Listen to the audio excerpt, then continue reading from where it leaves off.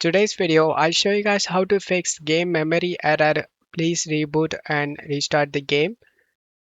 Check my video description for this mod link. Right click on the pool manager and select WinRAR and select open with WinRAR. Close stuff here, right click on the game and select open file location. Drag and drop these two files inside of a game folder and then go back, open the heap adjuster, drag and drop these two files inside of a game folder.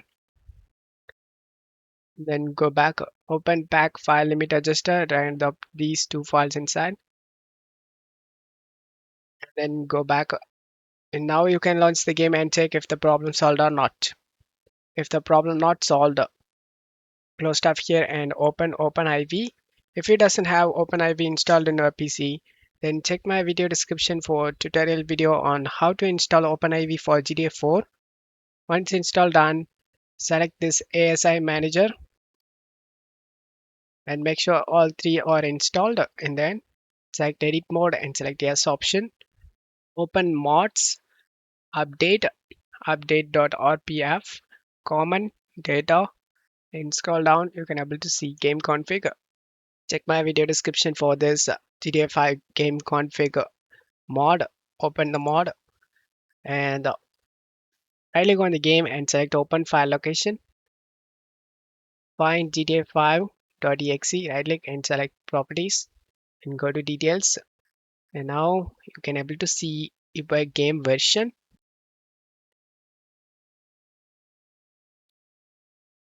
Open this old versions and find your game version, guys. So in my case 1.0.3725.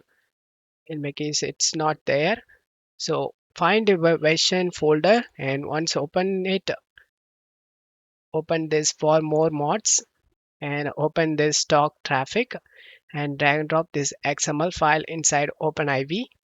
In my case I have new version of GTA 5, so open this GTA config, this folder, and for more mods, stock traffic, drag and drop this XML inside OpenIV.